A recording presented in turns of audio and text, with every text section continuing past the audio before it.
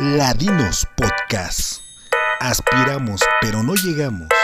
En un momento comenzamos. 10, 9, 8, 7, 6, 5, 4, 3, 2.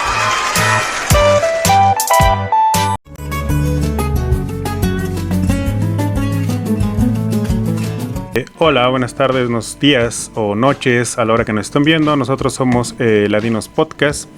Y bueno, con una emisión especial, la cual vamos a arrancar con este primer video, el cual trata de los 500 años de la conquista. Y bueno, vamos a estar hablando de específicamente pues este tema, ¿no? Las conquistas tanto no solamente en México Tenochtitlan, sino también en el sur, en el norte, y bueno, todo lo que aconteció a través de este suceso histórico, ¿no? Bueno, el día de hoy tenemos un gran invitado, el cual ahorita nuestra compañera va a presentar, pero me adelanto un poco, simplemente agradecerle que esté aquí apoyándonos, un gran maestro de la Escuela Nacional de Antropología e Historia, también de la UNAM. Y bueno, ahorita en este momento paso el audio a mi compañera. Sam, por favor. Hola, pues muy buenos días, tardes, noches, dependiendo a la hora en que nos estén escuchando. Es un gusto nuevamente estar aquí con ustedes y pues creímos conveniente que en esta semana que se cumplen los 500 años de la conquista de México Tenochtitlán, o sea, de la zona centro, pues era importante mencionar ciertas cosas que por ahí no se han mencionado, ¿no? Entonces por eso nos dimos a la tarea de buscar especialistas, los cuales nos vengan a platicar para que ustedes también conozcan y se interesen en estos temas. Recuerden que por ahí nos pueden seguir en todas las plataformas que ya conocen y pueden hacernos llegar sus inquietudes si es que ustedes desean por ahí saber de algún tema. Hoy nos engalanamos con el profesor, fue un profesor de carrera que la verdad admiramos mucho en lo personal, sabe muchísimo de lo que va a hablar el día de hoy.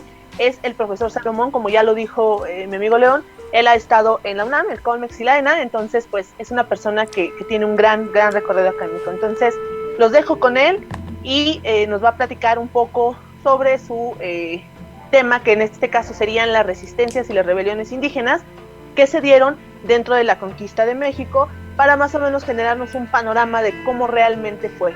Muchas gracias. Muchas gracias, Samantha, por esta invitación, Andrés, por estar esta tarde aquí con ustedes platicando un poco sobre estas temáticas muy ad hoc y creo que muy pertinentes con las fechas que estamos conmemorando, particularmente este año, que ha sido un año de varias conmemoraciones, pero pues dentro de las que destacan es esta reflexión en torno a los 500 años de la llamada conquista de México, que ahorita vamos a ver que más que una conquista, habría que referirnos a las varias y variadas conquistas que se dieron a lo largo del territorio nacional, que en ese momento pues obviamente no era el territorio nacional, sino que era Mesoamérica, Aridoamérica o Oasisamérica, así se le conoce desde una perspectiva arqueológica y antropológica, estas regiones culturales, estos espacios en los cuales se desarrollaron diversas culturas y diversos pueblos, y que estaban aquí al momento en que fue la llegada, más bien conquista, más que llegada, una conquista de estos grupos españoles y que quedaron y que van a intentar someterlo de manera violenta en muchos casos, en otros con otras estrategias, pero al final la idea era que estos territorios quedaran bajo el dominio y bajo la administración de lo que en ese momento era la corona de Castilla, la corona española, que estaba en un proceso de expansión monárquica por parte del mundo europeo. Bueno, entonces, un poco para empezar a abundar, yo quisiera referirme acá, más que abundar en torno a la conquista de México, quisiera plantear hacer un primer planteamiento en el sentido de que efectivamente la conquista de México es el primer proceso de conquista que se va a desarrollar en el mundo mesoamericano. Inicia en 1521, más bien inicia en 1519 este proceso de conquista. Previamente ya habían habido algunos intentos de descubrir, de saber qué estaba pasando en ese territorio. Digo, para los españoles no era ajeno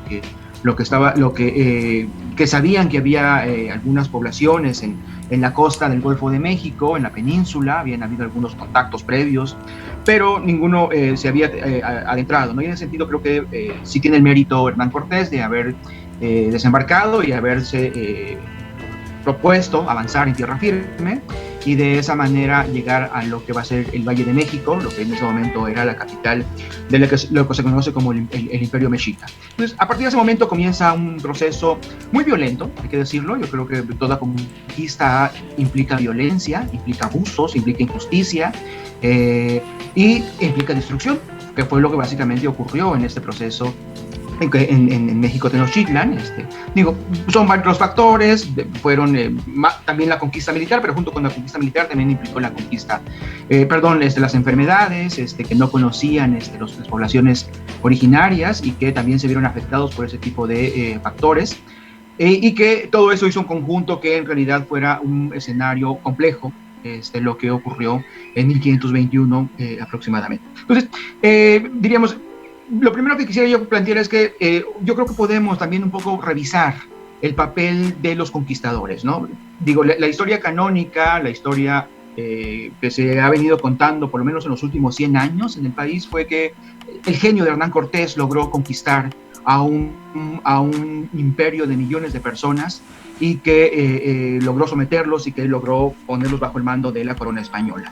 Yo creo que habría que matizar ya en este momento, después del desarrollo arqueológico, antropológico, histórico que ha habido en el país, el siglo XX y lo que va del siglo XXI, me parece que las instituciones que se han desarrollado en términos de historiográficos, ¿no? Hoy nos permiten ya revisar, creo, esta versión del genio de Cortés conquistando a millones de personas, que si era moderno, que si era medieval, que si era un poco de los dos y que tenía una genialidad política. Digo, yo creo que no podemos tampoco demeritar eso. Yo creo que sí tenía esas particularidades y esas características, pero diríamos, un proceso histórico no se explica porque una persona tenga la voluntad de hacer las cosas y que de esa manera se pueda transformar una realidad tan compleja como era la mesoamericana hacia principios del siglo XVI. Yo creo que tenemos que revisar el papel de Hernán Cortés en esta perspectiva, y a mí me ha parecido como pertinente la perspectiva que ofrece, por ejemplo, Federico Navarrete,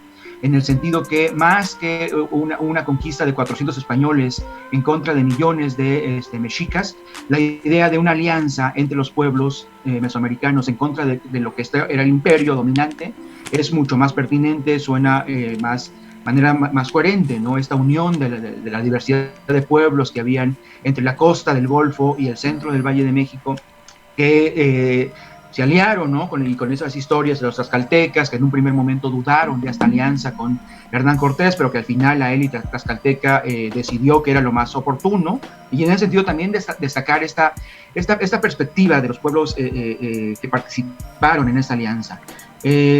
Participaron buscando también sus propios intereses, ¿no? Tampoco esta visión de los tlaxcaltecas de que fueron unos traidores, pues no lo eran, porque en realidad ellos lo que querían estaban buscando, tenían su propia agenda política, ¿no? En términos contemporáneos, y ellos consideraron, la élite, una parte de la élite tlaxcalteca consideró pertinente hacer esta alianza con los españoles, pero siempre destacar esta capacidad que tuvieron los pueblos indígenas, indios en ese momento, de esta agencia política, de esta capacidad de poder negociar, y en ese momento consideraron pertinente esta alianza con los españoles, y fue como se aliaron con ellos para avanzar y de esa manera quitarse de encima un imperio que sí les había ocasionado graves estragos, ¿no?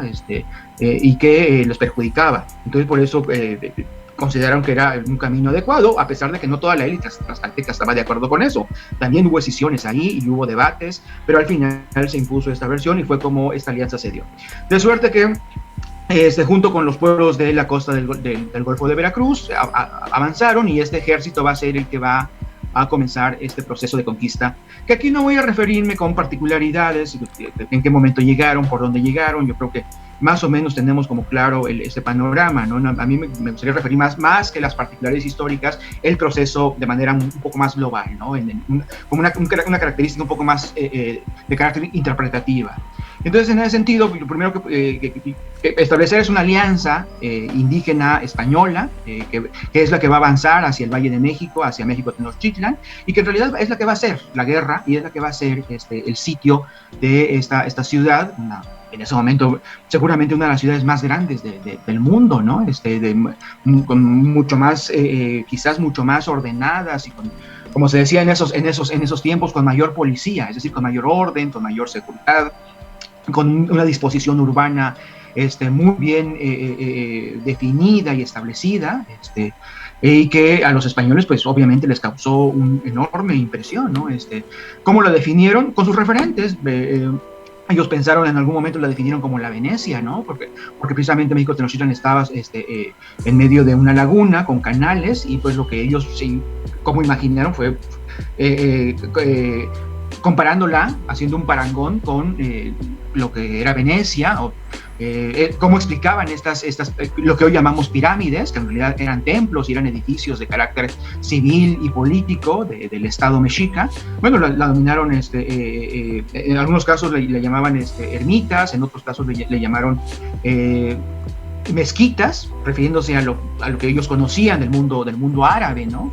Y fue así como esta definición, pero eso sí fue las cartas de relación de Hernán Cortés son muy claras en ese sentido, la gran admiración que provocó a los españoles esta ciudad, y que derivado de esos procesos, un poco de duda, tanto del lado español como del lado mexica, y además, comprendámoslo, no eran dos mundos que se encontraban y que trataban de explicarse a sí mismos, con sus propios referentes, con sus propios imaginarios, ¿no?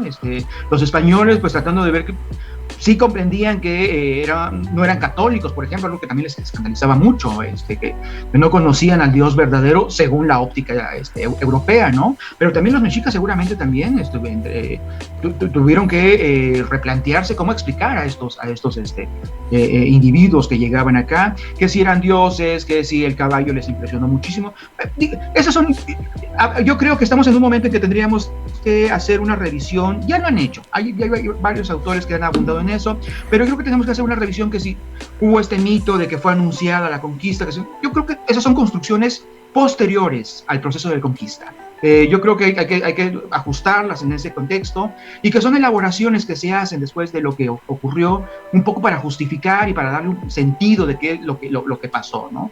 Entonces, en ese sentido sí habría que tener mucho cuidado y hacer una revisión de las crónicas, tanto de las crónicas de los conquistadores como las crónicas de los evangelizadores, que fueron los primeros que van a escribir en torno a estos procesos, porque hoy creo que necesitamos tener como mucha cautela en ese sentido y hacer una lectura mucho más aguda de lo que nos están diciendo, por una razón. Se escribieron después, o se escribieron en ese momento, pero siempre se escribe desde una perspectiva, ¿no?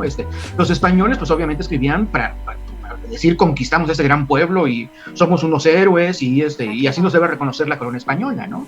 Y los frailes que van a llegar, pues lo escriben años después. Ellos intentan recuperar la memoria, y gracias a eso tenemos estas lecturas de la conquista, pero creo que tendríamos que hacer un esfuerzo interpretativo, hermenéutico, de leer con más cuidado estas crónicas para saber hasta dónde podremos reconstruir ese momento.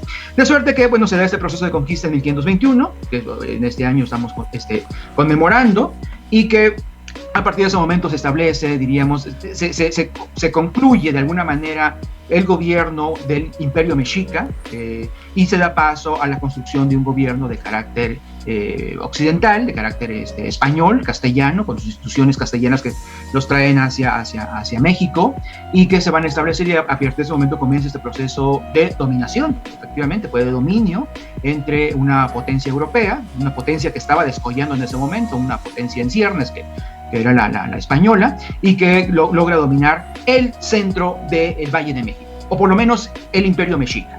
Y a partir de acá, ya una vez que se consolida, diríamos, la Ciudad de México como el espacio donde se van a instituir las diferentes entidades políticas, económicas españolas, a partir de acá comienza este proceso de conquista. El primer paso es Michoacán, el otro gran imperio que también estaba, y que en realidad conocemos poco hasta del imperio Tarasco, ¿no? Este estado también que estaba descollando en esos años, ¿no? Hay la hipótesis que si los mexicas, que si no hubiera habido conquista española, seguramente el imperio Tarasco hubiera avanzado mucho más en términos de conquista en Mesoamérica, ¿no? Que también ahí creo que hay algo también pendiente de seguir profundizando en esos estudios, lo que estaba ocurriendo en Mesoamérica en el posclásico, antes de ese proceso de conquista, ¿no? Entonces el siguiente paso fue conquistar ese territorio, y que va a comenzar más o menos de manera inmediata, una vez que se consolida el centro de México, Pero así junto con esto también se va a desarrollar en el sur, comienzan las expediciones hacia el sur del país, hacia Chiapas, hacia Oaxaca, y por supuesto hacia Yucatán. De suerte que podemos destacar que la conquista de México, la conquista del Valle de México, del Imperio Mexica, es el inicio de un proceso de varias conquistas. Es el comienzo de un largo proceso. Algunos historiadores lo mencionan que va a durar hasta el siglo XVII. Otros dicen que se prolonga hasta el siglo XIX, ¿no? Porque, por ejemplo, un poco lo comentábamos, en el septentrión mexicano, en el novohispano, perdón, es decir, en lo que actualmente es el norte de México y el sur de los Estados Unidos, recordemos que era territorio mexicano hasta el siglo XIX, todo ese enorme territorio que era Aridoamérica y una parte de Oasis América hacia el occidente, la característica de estos pueblos es que eran cazadores recolectores, y que tenían mucha movilidad, y eso los hacía muy difíciles de poder asentarlos, ¿no? De poder colonizarlos. La corona española hizo un esfuerzo en el siglo XVIII de establecer misiones en el norte del país, una estrategia que les había funcionado en otras regiones del mundo, particularmente en Paraguay había sido muy eficaz esto de poder colonizar estos pueblos mediante misiones, pero que en Nueva España básicamente resultó un fracaso, ¿no? Que no pudieron establecer a estos pueblos de manera sedentaria, sino que su dinámica siempre era la movilidad. Todo el año se movían, y en momentos específicos, cuando el invierno era muy crudo, bueno, se establecían en algún lugar que les permitiera resguardarse y de esa manera poder soportar las inclemencias del tiempo, ¿no? Pero entonces diríamos, la conquista propiamente, o las conquistas de lo que va a ser Mesoamérica, yo creo que es un largo proceso que se va a llevar por lo menos 3 siglos. En el caso de Yucatán, bueno, inmediatamente ya los españoles conocían ese territorio, pero también tenía particularidades el caso yucateco. El boom, el momento de auge del imperio, de los pueblos mayas, de los estados-nación mayas, las ciudades-estados mayas, pues ya había pasado. Yucatán en ese momento ya se encontraba en un proceso de poblamiento, una población importante, pero ya muy desperdigada. El concepto de estado ya no existía, un estado que unificaba a estos pueblos ya no existía. Entonces eran pueblos dispersos, seguramente con autogobierno, y eso también los hacía de alguna manera susceptibles a que fueran conquistados de alguna manera un poco, creo yo, mucho más fácil de lo que, o también más difícil. Ahorita vamos a analizar el caso, por ejemplo, de Chiapas, que también ya eran pueblos asentados a lo largo en la periferia de la selva lacandona. No se atrevían a entrar a la selva lacandona porque era un territorio ignoto, que muy pocos, salvo algún pueblo que estaba asentado, los lacandones históricos, no los lacandones que actualmente viven, porque los lacandones que actualmente viven es un pueblo que llega en el siglo XVII a poblar esa región, una vez que los lacandones históricos fueron exterminados en esa región, y que pero la característica eran poblaciones muy de difícil acceso, la mayor parte de ellas, y además de no con una comunicación tan cercana, entonces tan rápida de poder establecer.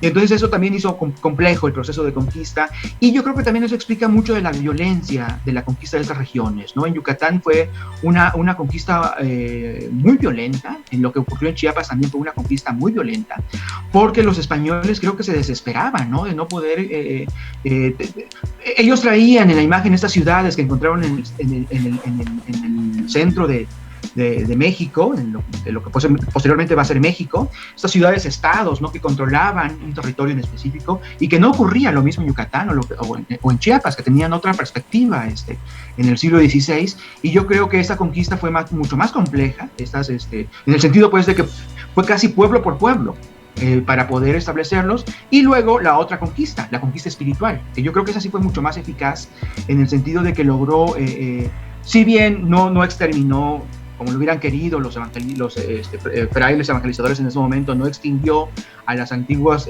rituales y religiones mesoamericanas, pero sí yo creo que estableció un criterio católico que hasta la fecha sigue perviviendo. Entonces, la primera espacio es Yucatán, en el cual van a establecer en Mérida, van a establecer ahí un primer espacio de acción para conquistar la península yucateca, con Montejo a la cabeza, y posteriormente, una vez que se consolide ese territorio, avanzarán en ese momento lo que era Tabasco, pero Tabasco pues tampoco no tenía gran población. pero sí van a llegar, por ejemplo, a Chiapas, y de ahí van a remontarse hacia Centroamérica, que también va a ser el otro espacio, que también, yo creo que también tendríamos que revisar los procesos que ocurrió en Centroamérica, porque recordemos que eran parte de lo que va a ser luego el Reino de Nueva España, y posteriormente nos independizamos junto con los países de Centroamérica, y que van a convertirse en una unidad, ¿no? Y que también es interesante el proceso, los procesos ocurridos ahí, que generalmente no los revisamos, porque pues, nosotros nos interesa la historia de México. Y el caso de Chiapas pues también va a ser un proceso complicado. En Chiapas se tenía la ventaja de que existía la selva, entonces los pueblos, cuando se veían muy asediados, pues se metían a la selva, y en ese momento la conquista de la selva era un proceso muy, muy complejo, ¿no?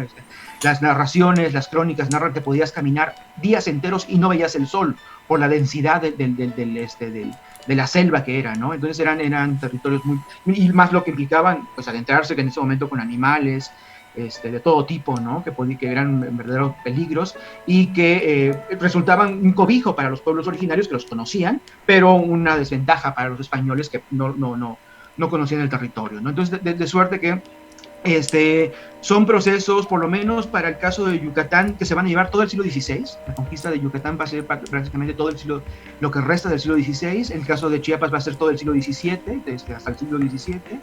Y el caso de Oaxaca, ahí sí se tenía la ventaja de que ya habían ciudades ya más construidas, con un dinamismo distinto, y que eso va a permitir el establecimiento de una gubernatura en Oaxaca en un primer momento, que luego va a quedar supeditado a unas nuevas figuras que van a traer los españoles, que son los alcaldes mayores. Y de esa manera logran establecer toda una red de gobiernos en estos espacios, que les va a permitir gobernar y administrar estas poblaciones. Aunado a eso, hay otro factor importante que destacar, que es la baja demográfica.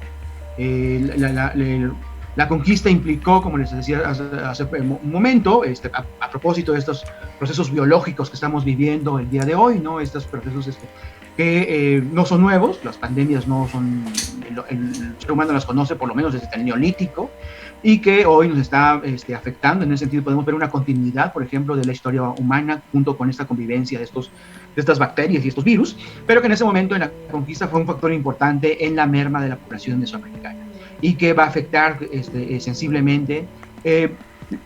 Las cifras ahí se disparan, no tenemos como un referente, ¿no? Hay quienes decían que Mesoamérica tenía 8 millones de habitantes al momento de la conquista y se redujo a 2, otros calculan un poquito más, menos, bueno, ahí diríamos no hay una certeza en cuanto a las cifras, pero sí más o menos podemos comprender pues el tamaño y la extensión de estas poblaciones muy grandes, pero que sí se van a ver muy mermadas con diferentes enfermedades, bacterias y virus que van a traer los españoles, principalmente la viruela, pero hay otras también que se ven afectados y que les va, dado que no se conocían en América, estas enfermedades, pues sí les va a afectar muchísimo, y eso va a hacer que la población disminuya mucho en estos primeros años posteriores a la conquista. Y es un fenómeno que se va a ver reflejado en varias partes en varios lugares de Mesoamérica.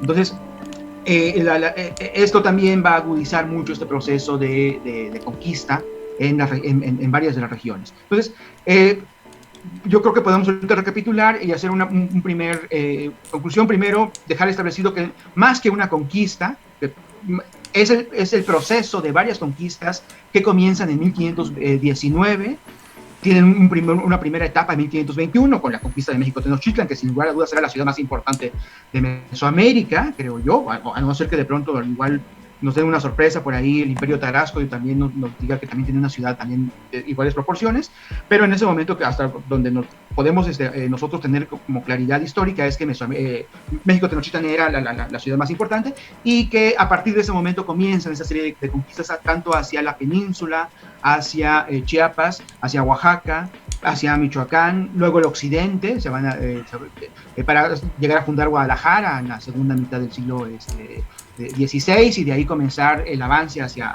la parte occidental, un avance que fue muy, muy, muy lento durante el siglo XVI y XVII, que los españoles no se aventuraron tanto hacia el norte, al occidente, pero sí lo hicieron en el centro, digamos en el centro norte, y llegaron hasta Nuevo México, hasta fundar Albuquerque hacia finales del siglo XVI, principios del siglo XVII, y de esa manera tener esta ruta que les va a permitir de alguna suerte conocer a estas poblaciones que estaban en el norte del país. Entonces, Yo creo que podemos ubicar, si tuviéramos un mapa, desafortunadamente aquí no podemos tener un mapa, pero por ejemplo, podemos ubicar como, sí, efectivamente, después de México Tenochtitlan se van a dar movimientos hacia el sur, algunos llegan hacia Yucatán, otros llegan hacia Chiapas, otros más internas hacia Centroamérica, hacia Guatemala, e incluso llegan hasta Nicaragua. Otro grupo se va a establecer en Oaxaca. Otro más se va hacia Michoacán, y de Michoacán avanzan hacia el norte, hacia lo que va a ser posteriormente la Nueva Galicia, lo que actualmente es Guadalajara, y hacia el norte van a empezar ese proceso de expansión yéndose hacia la región de Chihuahua, de Sonora, con esta idea de buscar lo que en ese momento se buscaba, y que fue el primero de los argumentos, fue el oro. Aunque muy rápidamente se van a dar cuenta que este metal precioso pues no era tan asequible, pero lo que va a ser la riqueza básicamente del Imperio Español en Mesoamérica es la mano de obra barata, y junto con esos cultivos que van a traer ellos acá, y eso creo que va a ser como la mayor aportación del mundo mesoamericano a la riqueza de la corona española, que es una mano de obra barata y una tributación que van a establecer los españoles a estos pueblos dominados en este proceso de conquista. Ahora bien, profesor, perdón que lo interrumpa, perdón. Antes de seguir, me gustó la primera parte que nos menciona con la conclusión justamente de esta primera etapa, ¿no? Yo lo he manejado en algunas ya información y podcast que hemos trabajado. Sí, hay una etapa, ¿no? Hay etapas, y creo que nadie lo está hablando, hay etapas de la conquista, no podemos hablar de una conquista general, hay etapas, y la primera se va a dar en 1519 justamente con el avance de los primeros españoles que van a llegar hacia Veracruz, y de ahí que van a hacer el despliegue, pero creo que sí, ¿no? Y no se habla de eso, no hay etapas, entonces podríamos decir que sí, que la primera etapa es eso, pero que se van a dar varias por ahí, que como ya lo dijo, pues hasta el siglo XVII en la zona sur, ¿no? Entonces, me gusta esa conclusión que dice, lo de Hernán Cortés también, y hay que recalcar, por ahí muchos de nuestros seguidores no saben, pues Montejo, ¿no? O sea, Hernán Cortés no conquistó todo México, Montejo, que es la zona sur, y eso también me gustó como lo menciona. Y lo otro que hay que mencionar, que también hay varios factores, ¿no? Que no es lo mismo una conquista en el centro, lo geográfico, a lo que estamos hablando en el sur, ¿no? Que ya también por ahí lo vamos a hablar en la semana, que también tenemos por ahí invitados justamente del norte, sur y centro para hacer una comparación. Pero hasta aquí me gusta la conclusión de hablar que hay etapas de conquista, y no solo decir que la conquista que vamos a festejar este viernes pues es la conquista de México de una nación que todavía no era, ¿no? Entonces hasta aquí me gusta esa conclusión. Y nada más, no sé si quieras agregar algo, León. Sí, justo me gustaría más que nada hacerle, o si nos pudiera explicar un poquito, sobre todo a todos los oyentes, porque igual nosotros, bueno, estamos como un poquito empapados ya de los conceptos y de estos procesos. Se tiene mucha, me voy a ir muy atrás de lo que se estaba comentando. Se tiene mucho la idea de que justo estos grupos indígenas, ¿no? Tlaxcaltecas, totonacas, por ahí dicen que zapotecas, otomís, dicen que hasta algunos chichimecas, por ahí se agregaron, que tienen sus propios intereses. ¿Nos podría explicar un poquito a qué se refiere con eso? Porque normalmente se cree que hasta los propios tlaxcaltecas fueron sometidos, ¿no? Y que prácticamente eran como unos perritos falderos, en términos coloquiales, perdón. Y es como la idea que se tiene mucha de la población, ¿no? O sea, que fueron estas personas casi manipuladas por los españoles, y que, como usted bien recalcó, ellos también tenían sus propios intereses. ¿Y qué ganaban con esto, no? O sea, porque tenían que ganar algo. No se iban a ir a la lucha simplemente por irse a eso. Y bueno, eso sería una primera que me gustaría que explicara de manera rápida y grosa. Y segundo, algo que ya comentó mi compañera, es el clima y lo que es el espacio geográfico. ¿Cómo influye? Ya nos dio un adelantito. Ya nos dijo que la selva era muy densa, ¿no? Pero ¿nos podría concretar un poquito más esta idea para que también la gente se ubique, ¿no? O sea, realmente qué complejo es, ¿no? Claro que sí, Andrés, gracias, Samantha. Y precisamente se refería a la otra parte que también me gustaría destacar en esta plática, que es la capacidad política de los pueblos indígenas mesoamericanos, ¿no? De estas poblaciones, porque siempre tenemos la idea de que pues fue un dominio y que fue una conquista, y efectivamente yo creo que no podemos dejar de destacar que una conquista implica mucha violencia. Una conquista es un proceso incivilizatorio absolutamente, es decir, es el abuso, el agandalle, la violencia desmedida, ¿no?, en contra de los conquistados. Pero una vez que pasa esta etapa violenta, ningún imperio en el mundo se puede sostener mediante el miedo y la violencia sistemática. Entonces, lo que da paso a eso es a un proceso de... quizás vaya a causar un poco de polémica esta aseveración, pero yo sí lo destaco como un proceso de negociación entre los agentes que van a jugar en este espectro, ¿no? Un poco remitiéndonos a la parte tlaxcalteca, efectivamente, Tlaxcala había sido una población que no había sido sometida, o que le había costado mucho al imperio mexica someterla, en términos de exigirle tributación, exigirle mano de obra barata, producción, para que sostener al imperio mexica, y que los tlaxcaltecas habían estado siempre ahí peleando, defendiendo su espacio, su ciudad, y que habían estado asediados en los últimos años, y que este asedio se había agudizado en la segunda mitad del siglo XVI. De suerte que cuando llegan los españoles, y Cortés le ofrece este pacto se me olvida el nombre del monarca tlaxcalteca, de que si lo apoyan, de que si se alían con él, los va a exentar del tributo y los va a hacer sus aliados prioritarios en este proceso de conquista. Bueno, en realidad el ofrecimiento era bastante tentador para los tlaxcaltecas, ¿no? Y al interior de la élite tlaxcalteca se va a dar también esa decisión, ¿no? Esa discusión. Si tomamos lo que nos están ofreciendo estas personas, estos individuos que no sabemos quiénes son, pero nos están proponiendo esta agenda política, o no lo asumimos. Y hay un debate al interior de la élite tlaxcalteca que es un debate prolongado, porque hay un sector que dice no sabemos quiénes son, pero también otro sector dice, pero nos están dando la opción de que podamos, si no terminar el proceso de dominio total de los mexicas, por lo menos sí de negociar con ellos mejores condiciones. Entonces, lo que sí también hay que destacar es que esta agenda política del movimiento tlaxcalteca resultaba importante e interesante, ¿no? Era tentador, y lo asumieron, y lo tomaron, y a cambio de eso, Cortés negocia primero que van a quedar exentos de tributo, cosa que nunca les cumplió.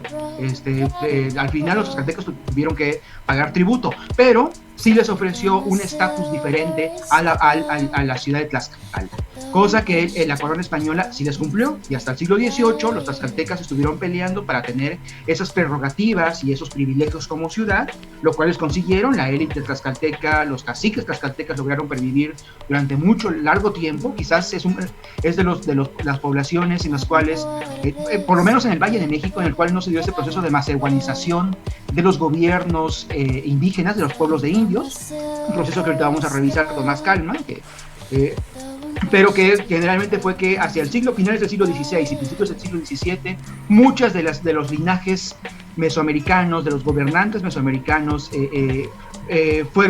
desaparecieron, fueron barridos del escenario político, y en su lugar lo ocuparon nuevos sujetos políticos, generalmente más iguales, es decir, de la población, que no tenían un linaje mesoamericano, y son ellos los que van a pactar en buena medida con los gobiernos españoles, los distintos niveles de gobierno español, para poder mantener este orden político en Mesoamérica. Pero el caso tlaxcalteca es único, porque su linaje ahí sí pervivió durante mucho tiempo. En el siglo XVIII todavía peleaban estas prerrogativas que Hernán Cortés les había dado, y que eso hace quizás, yo creo que especial, particular, la historia tlaxcalteca, derivado de este proceso de negociación, que yo creo que tenemos que destacarlo mucho más, porque sí, efectivamente, ¿no? Ellos fueron, no se concebían como unos traidores. En ese momento los enemigos eran los mexicas, y había que vencerlos. En un escenario estratégico había que vencer a ese imperio dominante. Y si aquí estas personas, que si bien son extrañas, nos están ofreciendo esta particular, bueno, vamos con ellos y de esa manera negociemos, ¿no? En el fondo lo que está es una actitud política de negociación y de buscar una mejora para la población tlaxcalteca, ¿no? De tener mejores condiciones económicas, que no nos estén ahogando, que no nos estén asfixiando, para poder de esa manera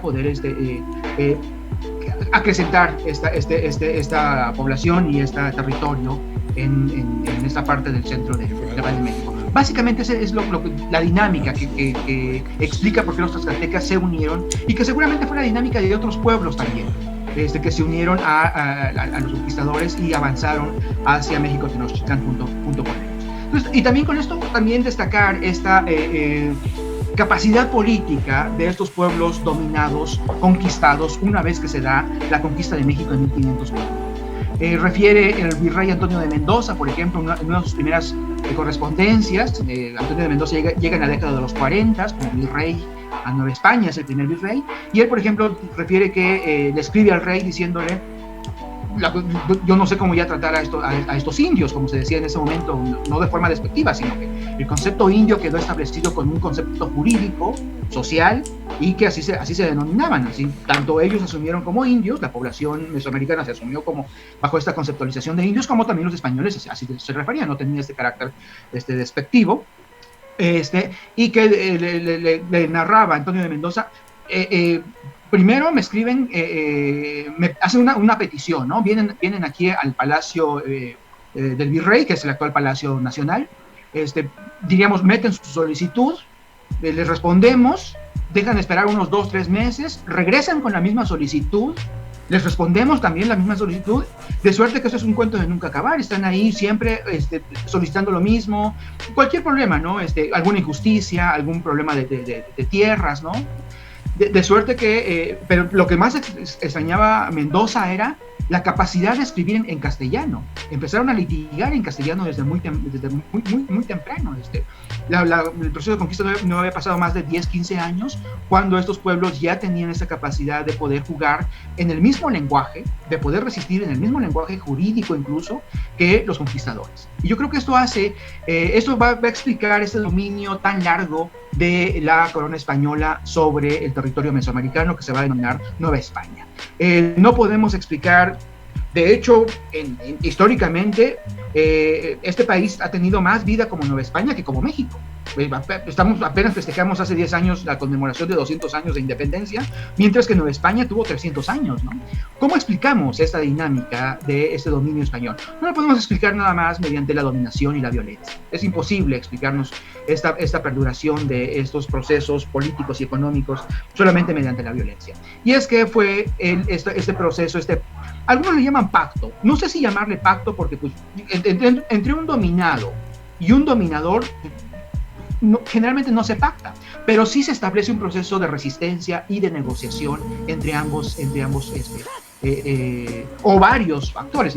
Siempre hay en juego varios actores, no nada más son dos, que en este caso son las instituciones españolas y los pueblos de indios, que van a quedar representados mediante sus cabildos. También que es una institución que van a traer los españoles, el cabildo, y que por lo menos en el Valle de México, en el centro de México, los pueblos mesoamericanos lo van a adoptar, porque además lo conocían. Seguramente los gobiernos mesoamericanos también se basaban en algo similar a estos consejos de gobierno, diríamos, y que lo van a adoptar. El otro elemento que los pueblos mesoamericanos van a ver más o menos similar es el calpulli, estas formas de organización que básicamente los españoles en muchos de los casos respetaron, en otros pues lo fragmentaron y lo intentaron romper, pero también la resistencia ahí fue mayor, ¿no?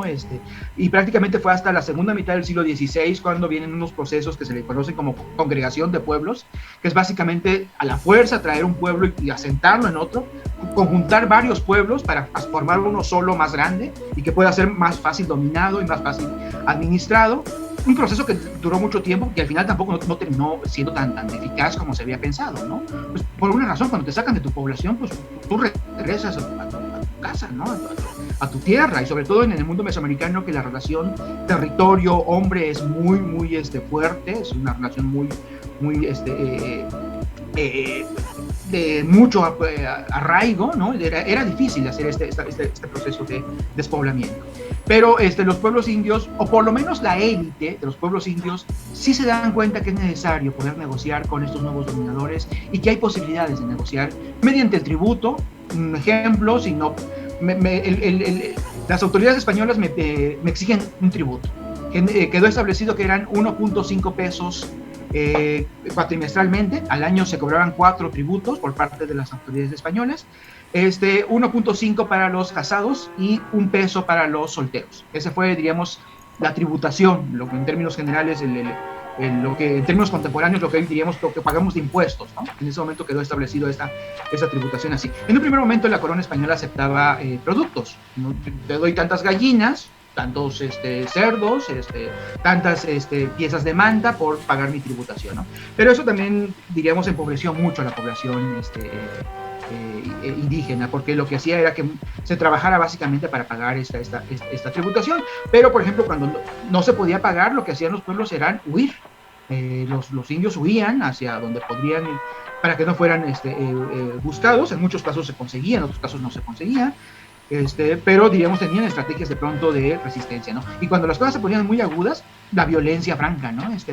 Que tomaban preso al alcalde mayor o al cobrador de tributos, con la idea de negociar, ¿no? Sí, lo vamos a soltar, pero darnos oportunidad de más tiempo, ¿no? Para poder juntar ese dinero y poder pagar este tributo.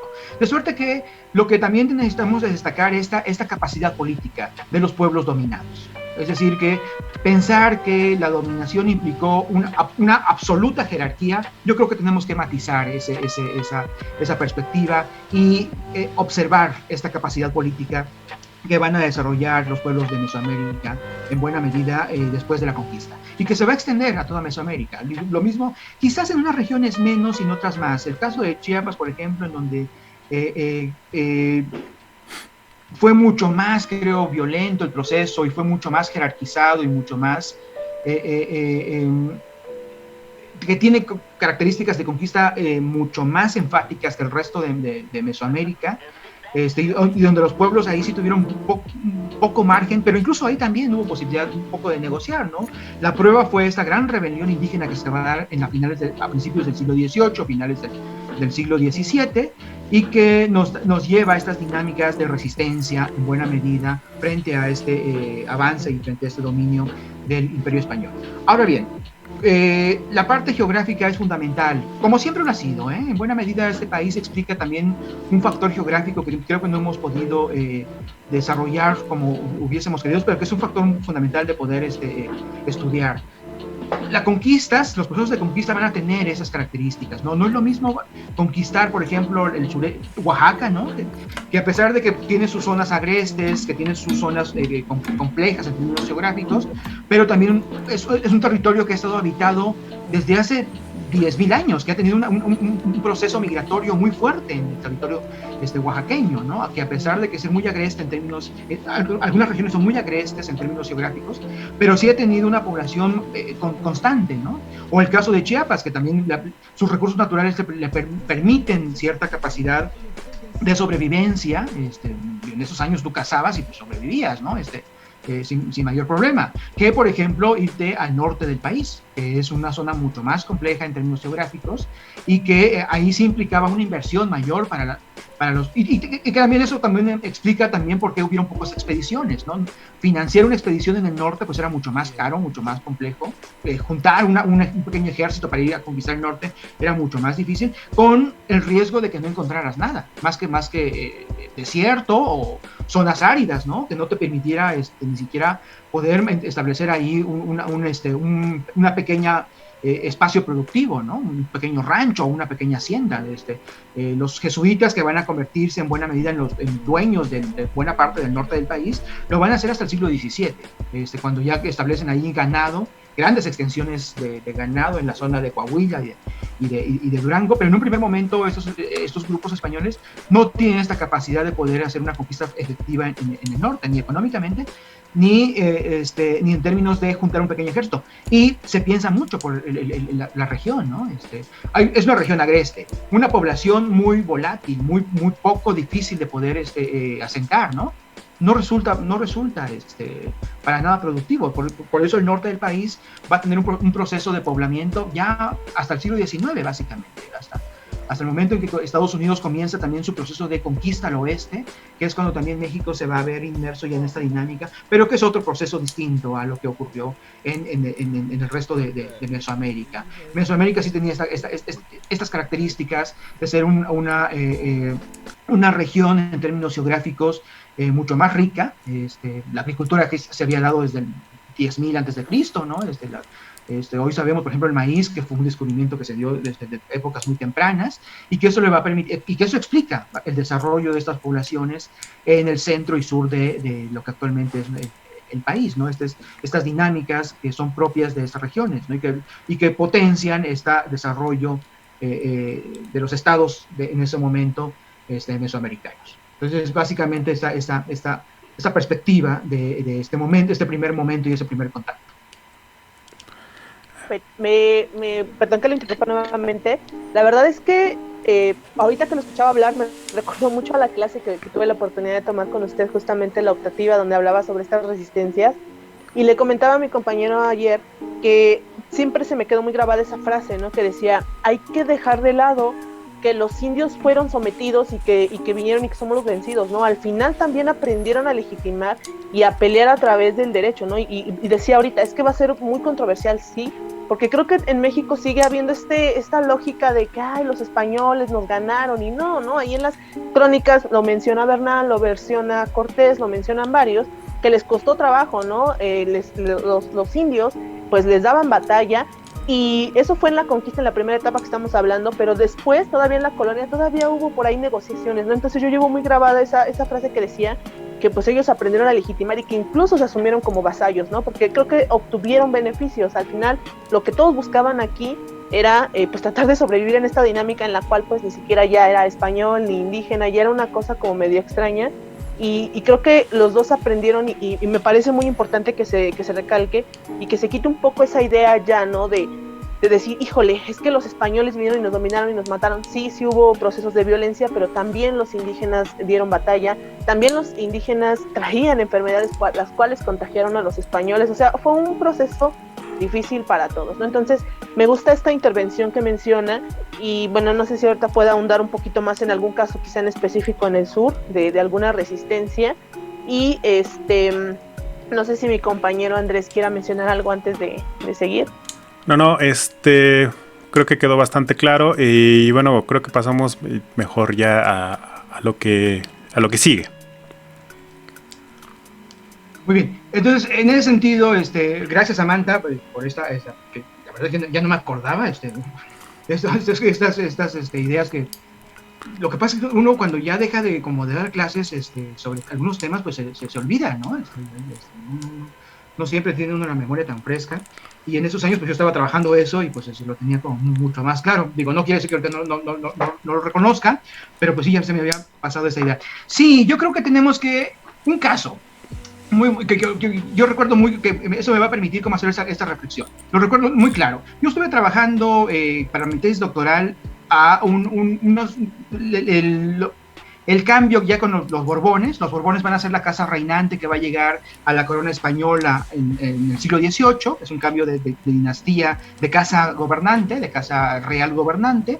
Y ellos traen una visión ya mucho más racional de cómo debe ser el gobierno de la monarquía. Por una razón, la monarquía ya está en franco declive. Ya lo que se extraía de América para el siglo XVIII ya no era lo que se había extraído durante el siglo XVI, por ejemplo, que fue el momento, el boom de la plata, sobre todo la plata peruana, que va a ser principalmente la que va a financiar el desarrollo, el crecimiento de la monarquía española.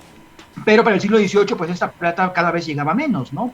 Por una razón, las élites locales, las élites de los diferentes virreinatos que se habían ya consolidado a lo largo de América, eran los que ya ellos eran los nuevos agentes que se quedaban con esa riqueza, ¿no? Ya no se iba tanto para España, sino que las propias élites locales son las que ya asumían esa riqueza. Entonces, la corona española se dio cuenta de esto y entonces tuvo que hacer una reforma para extraer más riqueza de América, porque decían, como los ingleses, teniendo unas islitas ahí en el Caribe, tienen más dinero que el imperio español, no tenemos que hacer algo. Entonces se pusieron a reflexionar y viene una serie de reformas económicas para extraer más riqueza de los reinos, de los virreinatos de América para financiar el desarrollo de la monarquía española. En este contexto, hay un cambio de régimen de gobierno local. Se pasa de lo que en ese momento eran los alcaldes mayores a un nuevo gobierno que se van a llamar subdelegados de gobierno, que van a tener ya esta característica, que son funcionarios públicos. De hecho, hoy podríamos decir que son unos funcionarios públicos, cobran un salario, tienen ciertas atribuciones legales para poder actuar. Bueno, yo recuerdo el caso de uno de ellos que le escribe al virrey en ese momento, el segundo conde de Revillagigedo, era un subdelegado de Chilpancingo, en donde el camino que iba de Chilpancingo a, no recuerdo ahorita a una población cercana, pero importante, porque era por ahí pasaban todas las recuas. Unas recuas son 200, 300 mulas que transportaban mercancías o que podían transportar metales preciosos, pero era el mecanismo, la forma de transportación mediante la cual se movía todo el comercio en Nueva España. Entonces era importante ese camino, pero había una ceiba, una ceiba muy grande, le refiere el subdelegado. Entonces el subdelegado lo que hizo, bueno, dado que me estorba esa ceiba, que para que el camino quede mucho mejor trazado, en línea recta, hay que tirarla. Y fue lo que dispuso ese subdelegado. Los trabajadores un día se presentaron, empezaron allí a trabajar para tirar esta ceiba, que además dice que era muy voluminosa, supongo que un tronco muy grande, y de pronto se le aparece el pueblo de indios más cercano y impide que se tire la ceiba. El subdelegado no entendía por qué no quería que se tirara la ceiba. Decía, pero ¿por qué no? O sea, está estorbando el camino, que se tire, ¿no? Y le hacen una pequeña rebelión. Van a Chilpancingo, le toman la casa real, que es donde la casa de gobierno de estas autoridades, y le hacen que no va a tirar la ceiba. El subdelegado no entendía por qué, pero dice, dado que ya aquí prácticamente ya estoy acorralado, me tienen aquí ya sitiado, bueno, haré que... El problema es que tenías que no podía ser tantito de al lado porque era una hacienda importante del territorio que colindaba con el camino, ¿no? Entonces, tendré que ir a negociar, no me acuerdo ahorita el nombre del dueño de esta hacienda, tendré que ir a negociar a ver si nos puede ceder unos 3 metros para que por ahí pase el camino y rodear la ceiba, ¿no? Al final lo consiguió, pudo negociar ahí con el dueño del terreno adjunto para que pudiera pasar ahí el camino, y la ceiba quedó intacta. ¿Qué explica eso? Seguramente en esa ceiba habían rituales de carácter mesoamericano, ¿no? Rituales religiosos de carácter mesoamericano. Recordemos que la ceiba era un árbol importante en la cosmovisión mesoamericana, y por eso este pueblo de indios fue y lo defendió a cualquier costo, incluso de ir y sitiar la casa real. Estas autoridades no tenían un alguacil, un policía, 2 que dedicaban a levantar borrachos y a medio ir a cobrar en las ferias, en las carnicerías, ¿no? No había una fuerza pública que pudiera hacer frente a ese tipo de rebeliones, ¿no? Entonces estas dinámicas es las que van a seguir desde el siglo XVI. No sé si no puedo asegurar que en toda Nueva España, pero por lo menos en el centro de México, en los pueblos del centro de México, yo creo que en Michoacán también, en buena medida también creo que en Yucatán, en Oaxaca, las dinámicas de resistencia de los pueblos indios tienen una característica. Primero intentan negociar mediante la vía jurídica. Es decir, los pueblos de indios, y eso yo creo que es una característica también del país, somos bastante legales, aunque ilegalmente, pero tenemos una cultura de la legalidad muy asentada, ¿no? Somos muy formales. Mendoza también, otra vez refiriendo al virrey Antonio Mendoza, se extrañaba. Venían desde Albuquerque un grupo de indios para traer una solicitud aquí, eran 6 meses de camino, venir desde Nuevo México hasta la Ciudad de México para traer una solicitud por un litigio de tierras. Venía medio año caminando. Dejaban la solicitud en la oficialía de partes ahí en Palacio Nacional, le sellaban de recibido y todo, y se regresaban. Al siguiente año regresaban para ver la respuesta de este litigio, ¿no? Es decir, por muy alejados que sean, estos pueblos aprendieron que la primera etapa para poder negociar con el dominador era utilizar su propio lenguaje, en este caso el lenguaje jurídico, y de esa manera poder, diríamos, establecer que se impartiera justicia, que se impartiera un Estado de Derecho, ¿no? Y cuando ya no se podía, cuando los pueblos de indios se daban cuenta de que ya no era posible mediante la negociación jurídica, seguir esa trama, entonces sí se daba el siguiente paso, que era la violencia, que era la ruptura del orden, pero para mantener el orden. Es decir, rompían, tomaban la casa real. El caso, por ejemplo, en Tuxtla Gutiérrez, una rebelión muy, muy grande que se dio en la zona Zoque de esa parte de Chiapas. El alcalde mayor era un gandaya. Se la pasaba. En ese momento existía una cosa que se llamaba repartimiento, y que era básicamente un comercio obligado hacia los pueblos de indios. Es decir, el alcalde mayor, que en ese momento era el gobernante, llegaba y te obligaba a quien quiera a comprar, no sé, algún instrumento de labranza. El alcalde mayor ponía, tienes que comprarme 3 machetes, o 3 coas, o lo que fuera. La persona, los indios decían, pero no lo necesito, gracias, aquí tengo mi machete y con eso... No, me lo vas a comprar, no te estoy preguntando. Por eso era un repartimiento forzoso, se le conocía, era un mecanismo precapitalista muy gandalla, pero así funcionó, y así sostenían la buena parte de la economía novohispana, una compra forzada de productos, que a veces ni siquiera... Se supone que en el capitalismo tú libremente tú libremente eliges lo que vas a comprar, ¿no? Si me gusta tal cosa, voy y lo compro, y si no, compro, ¿no? Bueno, en ese momento no, era obligado la compra de esas mercancías. Y además con un sobreprecio enorme. O sea, de hecho ese era el negocio. El alcalde mayor vendía esa producción, a propósito hoy del gas, por ejemplo, ¿no? Que tenemos el problema que nos los venden a un sobreprecio enorme, ¿no? Bueno, esos procesos ya se daban en ese momento, nada más que ahí era obligado, ¿no? Ahí sí tenías que comprar las fuerzas, porque si no, llegaba el alcalde mayor y te podía meter a la cárcel o te podía ahí mismo latigar porque no le habías comprado, ¿no? Hasta que le compraras. A veces incluso de forma muy, muy arbitraria y muy, muy violenta te obligaban a comprarlo, ¿no? Bueno, en ese momento, pero existían límites. Y esa revuelta acusan al alcalde mayor, creo que se apellidaba Esponda, una familia, creo que es de origen de Vasconia, de la región de Vasca.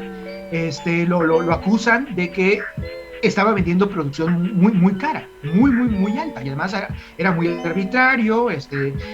Por cierto, un factor que tampoco yo creo que hay que destacar, la población negra y mulata, que también fue muy importante en el proceso de conquista, que fue esa población que va a venir durante estas primeras huestes españolas, y que, por ejemplo, en el caso de Yucatán, Montejo, por ejemplo, se lleva un personaje allá a Yucatán, y que se supone que va a ser el que va a introducir la producción de maíz a gran escala en Yucatán. Entonces, de esas cuestiones que también no hemos revisado, pero que también es importante en ese momento. Bueno, resultaba que la mano derecha de ese alcalde mayor, quien ejecutaba todo, era un mulato. Y entonces, de suerte que agarran a este mulato, lo secuestran prácticamente, y comienza un proceso ahí de violencia, porque el alcalde mayor no quiso negociar, ¿no? La primera le intentaron convencer el cabildo ahí de indios de que le bajara los precios, de que no fuera tan abusivo, ¿no? No lo consiguió, y lo que hicieron fue tomar la alcaldía y lo mataron. Fue no recuerdo cómo fue, parece que lo agarran, lo alazan y por toda la plaza con un caballo lo baja arrastrando, muy, muy violenta. Al mulato lo matan también, porque pues era como su brazo derecho, entonces también lo matan. Pero la siguiente petición es que venga una nueva autoridad y con ella vamos a negociar. Entonces la idea era este proceso de romper el orden para negociar con la próxima autoridad que viniera, y de esa manera mantener otra vez la paz, como se decía en ese momento, ¿no? El orden y la paz. Y esa fue la dinámica de la resistencia de muchos pueblos. Primero intentar negociar de manera jurídica, y luego, ya cuando la cuestión se complica mucho, se pasaba a esta parte ya mucho más violenta, y ahí sí hasta donde la violencia fuera posible, ¿no? Hasta donde se escalaba la violencia de acuerdo a la capacidad que presentaba. Generalmente la corona española, como no tenía fuerzas tampoco regulares, un ejército regular, optaba siempre por negociar, salvo en algunos casos que sí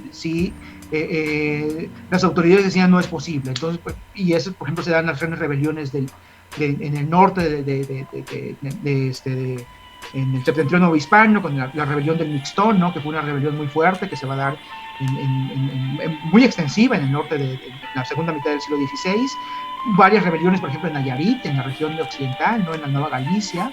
En Michoacán también se presentan varias rebeliones muy grandes, que ahí sí es necesario que la autoridad vaya y trate de aplacarlos. Pero generalmente la mayor parte de las dinámicas de estas rebeliones indias que se van a dar en esos momentos es con la idea de que se entera a negociar a la autoridad, de que primero hay una etapa de hacer peticiones conforme lo dice la norma, conforme lo dice el derecho.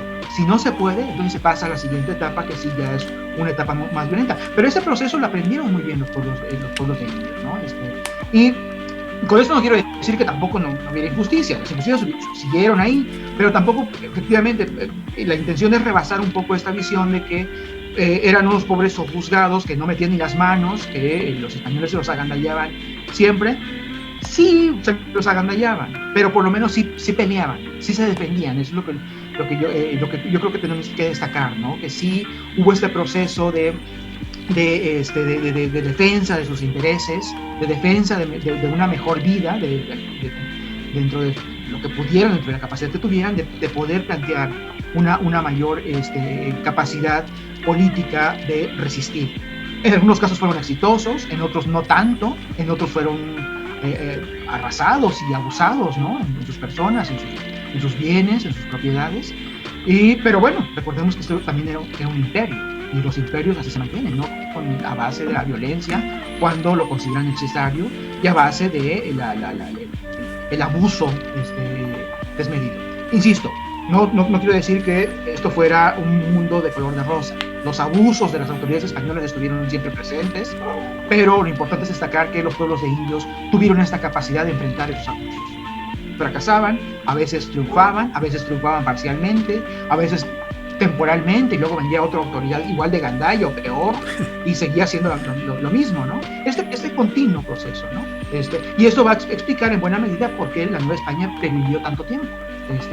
Porque de alguna manera el conflicto servía para descongestionar, para descompresurar una tensión ya muy, muy fuerte, y estos tipos de manifestaciones le bajaban la tensión política en esos momentos. Entonces creo que hay que destacar esta parte que hasta ahorita no me parece que no ha estado como en la historia, sí en la historia académica, ¿no? Hay un montón de trabajos de rebeliones indígenas, más o menos, pero yo creo que tenemos que llevarlo también, un poco difundir estas nociones de la población en general, para que quede claro, pues, de que en la historia no encontramos a malos ni a buenos, sino que siempre están en este proceso, ¿no? De jugar en estas perspectivas. No es más, yo creo que la historia no puede explicarse en términos maniqueos de buenos y malos, ¿no? Siempre hay actores con intereses, y siempre hay actores defendiendo sus propios intereses e imponiendo intereses, ¿no? Hay este juego político siempre de resistencia y dominio, como ocurre hoy en día, ¿no? O sea, no es nada nuevo.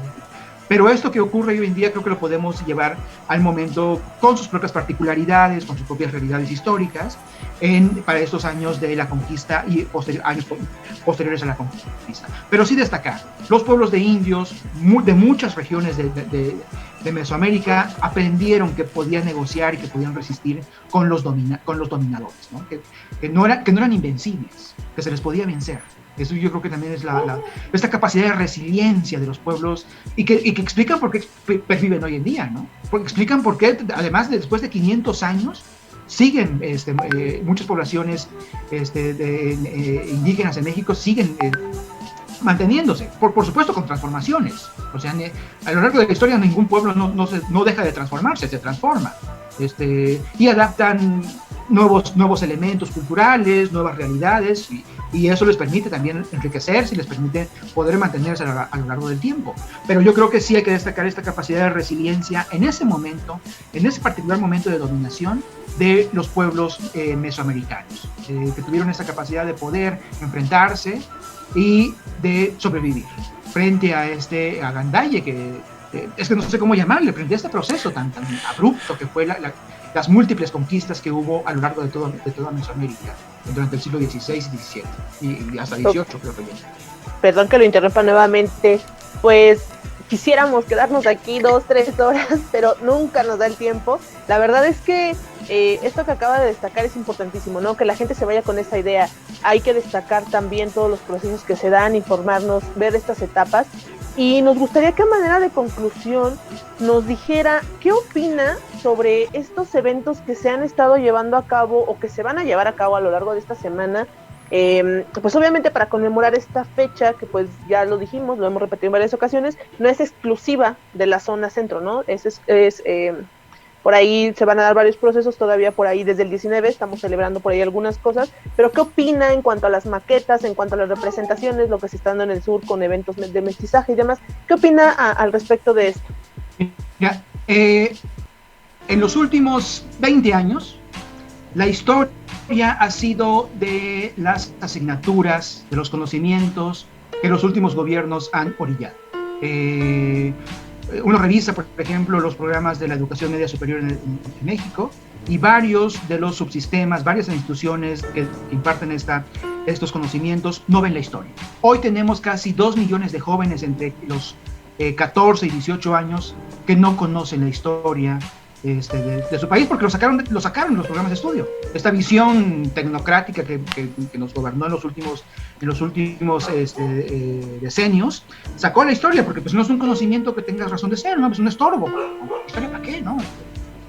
Sí, que aprendan unos datitos ahí, que aprendan que el 12 de agosto fue la caída de México Tenochtitlan, pero y con eso, ¿no? Ya eso es suficiente y según esta perspectiva con eso se forja patria, ¿no? Con eso nos hace mexicanos. Pues no nos hacemos mexicanos sabiendo ahí cuándo nació Miguel Hidalgo o cuándo fue la independencia, ¿no? Yo creo que todo evento que abone a conmemorar y a revitalizar la memoria histórica es bienvenido. Se puede decir que a lo mejor igual no es lo adecuado, estas maquetas, que pudo haber sido otro evento, ¿no? Pero yo no me peleo hoy con los festejos que están dándose, ¿no? Yo creo que todo evento que destaque la historia, desde mi perspectiva de historiador, es bienvenido. Yo creo que ayuda, porque este país está urgentísimo, necesitadísimo de que regresemos otra vez a reconocer nuestra historia. Pero yo insisto, ya no esta historia, pues, de Benito Juárez nació el 21 de marzo de 1800, ni siquiera me acuerdo cuándo nació ese Benito Juárez. Yo creo ya no podemos seguir manteniendo esta historia. Tenemos que hacer una historia más crítica, con otra perspectiva, en donde ya dejemos en paz a Hernán Cortés, dejemos ya descansar a Hernán Cortés, en buena medida, y lo coloquemos, lo situemos en el lugar que le corresponde, ¿no? No este héroe mítico que luchó contra todos y todo, ¿no? Así es. Digo, España le interesa, en su momento a la corona española le interesaba esa imagen. Hoy creo que ya podemos pasar a otras interpretaciones mucho más complejas, mucho más ricas, que además nos identifique como mexicanos con esas historias.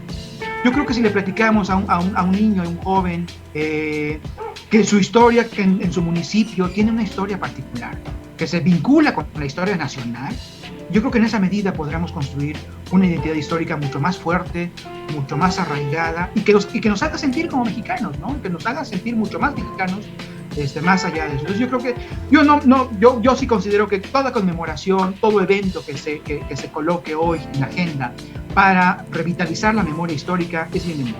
Por una razón, la historia en este país, en términos institucionales, quedó sumamente relegada, sumamente al margen de esta. Tuvimos las conmemoraciones del bicentenario y centenario hace 10 años, 11 años, y pasó sin pena ni gloria. O sea, hoy salimos a la calle y le preguntamos a alguien qué recuerda de esos años. Seguramente ni siquiera se acuerda, ¿no? Que tuvimos un bicentenario hace 10 años, hace 11 años, ¿no? Entonces yo creo que todo aquello que abone a fortalecer la historia y la memoria histórica es bienvenido en este contexto, pues, de que la historia que quedó muy, muy vapuleada en el sistema educativo, que además es lo que forma una perspectiva histórica, ¿no? La población no construye su historia platicando en familia. Se hace una historia, creo yo, en el sistema educativo. Es ahí el espacio, me atrevo a decir, natural, orgánico, en el cual hay que construir estas identidades históricas. Pero insisto, críticas, contextualizadas, ¿no? Y en esa medida también yo creo que podemos también, nuestra vida también cambia, yo creo, ¿no? En la medida en que estas operaciones historiográficas que hagamos también yo creo que nos puede servir en nuestra propia vida, ¿no? Si a un joven le enseñas que para estudiar un proceso histórico hay múltiples factores, que hay muchas causas, que no solo es una causa, también eso le va a permitir, creo yo, comprender a su vida que puede explicarse con muchas perspectivas, ¿no? Que tiene muchas opciones que tomar en su vida práctica, en su vida cotidiana, ¿no? Entonces, eso es, a mí me parece que es el camino que tenemos que seguir si queremos efectivamente pasar a otra etapa histórica y con otra perspectiva histórica de este país. Ya empezamos a rebasar esta memoria, esta historia de datos cronológica, ¿no? Que es difícil, yo sé que es difícil, no estamos acostumbrados a eso, que va a ser complicado pensar la historia desde otra perspectiva, ¿no? Más allá de las fechas y los héroes y la independencia y todas esas etapas, ¿no? Que son canónicas. Yo creo que sí, pero yo creo que vale la pena pasar eso. Entonces, en ese sentido, creo que... Y además, a mí me parece como muy justo que conmemoremos esta fecha en 1521, ¿no? De estos 500 años. Yo creo que, la ceremonia quizás a algunos no les guste, a otros sí les guste, pero por lo menos ya lo tenemos en la agenda de conmemoración, ¿no? Y eso yo creo que hay que destacar, esta perspectiva, Samantha, de estas conmemoraciones y estos festejos. Pues muchísimas gracias, profesor. La verdad es que pues yo siempre es un gusto escucharlo, la verdad me remonta a mis clases, conocer muchísimo, y qué bueno que hoy nos pudo brindar un tiempecito de su apretada agenda, porque sabemos que trabaja muchísimo, que anda por ahí ocupado, por ahí ya nos comentaba que estaban grabando para la televisión y demás, y la verdad es que a nosotros nos enganó hoy el programa, ¿no? Desgraciadamente les digo, no contamos con muchísimo tiempo, pero quizá en alguna ocasión más adelante podamos contar con su presencia, quizá en algún tema que por ahí nos quiera platicar, pero bueno, por este momento agradecerle su tiempo, el espacio, y pues nada, toda esa información y todo su conocimiento que nos viene a derrochar, para que pues obviamente la gente también conozca un poco más de lo que se viene y de lo que se debe de conmemorar, y como lo dijo, que no pase desapercibido, ¿no? Que sí deje una huella, yo siempre lo he dicho, lo visual llama, entonces pues a mí en lo personal también estoy de acuerdo con estos festejos, y bueno, que paso con mi compañero León para que también ya haga el cierre del programa. Muchas gracias. De antemano, pues sí, agradecerle, profesor, que se haya tomado su tiempo. Muchísimas gracias, de verdad. Fue un honor tenerlo. Como le comentaba, yo alguna vez estuve por ahí cuando daba Historia Universal 3, cuando hablaba de la Segunda Guerra Mundial y hablaba de Hitler, ¿no? Cómo no fue el gañán que todo mundo cree para el pueblo germánico, ¿no? Es un tema muy importante porque también lo ve desde otra perspectiva. Cómo también ayudó a alzar a este pueblo, ¿no? Después de que acabó devastado de la Primera Guerra Mundial. Me acuerdo de mucho de esa clase, ¿no? Que nos explicaba y nos decía. Pero bueno, ahora nos tocó este tema de los 500 años. Igual que mi compañera, yo estoy bastante de acuerdo con estos festejos, sobre todo como usted ya lo explicó, tratar de enmarcarlo para la sociedad y que se lo pongan un poco más digerido, ya que pues no lo pueden ver ni en la tele, ni en un Netflix o en la radio, ¿no? Es muy difícil que accedas a este tipo de eventos, y bueno, que se los pongan aunque sea en la plancha del Zócalo, pues bueno, pues es una gran ganancia, ¿no? Digo, ya de la Estela de Luz nadie se acuerda, yo creo, ¿no? Ya ni siquiera saben de qué es. Entonces, bien feo el monumento, ¿no? Sí, no, y aparte ya... Pues no. Sí, no tiene nada que ver con el festejo al cual hace referencia, pero bueno. Esto ha sido todo por el día de hoy. Muchísimas gracias a mi compañera Samantha, muchísimas gracias nuevamente, profesor. Y bueno, esto fue Ladinos Podcast. Adiós.